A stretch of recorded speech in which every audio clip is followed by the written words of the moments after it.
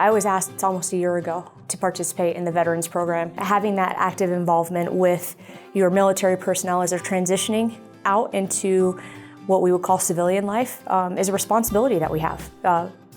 And in addition to that, their skill set, I think, is very transferable into local government. You have this clear, defined structure, right? The military has a clearly defined structure to their different units, to how they operate. And local government is the same.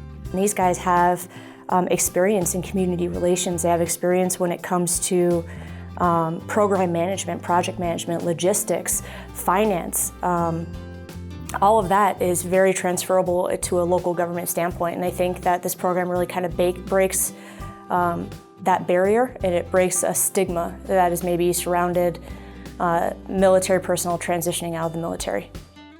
They get an opportunity to see veterans in practice and see the skills and the experience and education that they can bring to local government, and realize it's someone who can not only achieve the goals and objectives that I want to see them achieve, but also probably succeed beyond your wildest dreams, because they're not intimidated by 50 people who are opposed to a cell tower.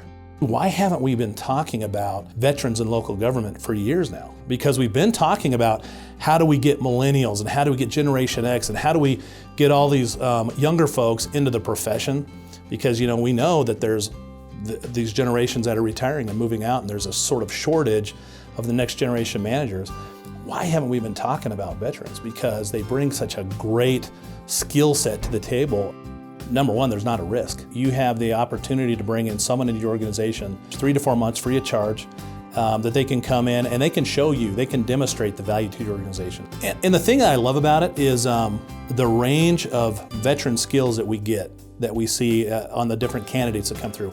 I mean, we here at Fountain right now, we have someone who's working with our city attorney because he's in the process of getting his law degree. We've got a couple of retired lieutenant colonels that are working for us now, one of which is doing strategic planning, the other one's running our police department. If that guy's been dealing with HR issues in the Army and dealing with people, he's going to be able to help you deal with HR issues, in local government. Sure, some of the rules will be slightly different, but again, we're in the people business and the problem-solving business, and that's what they're good at. They're phenomenal at it.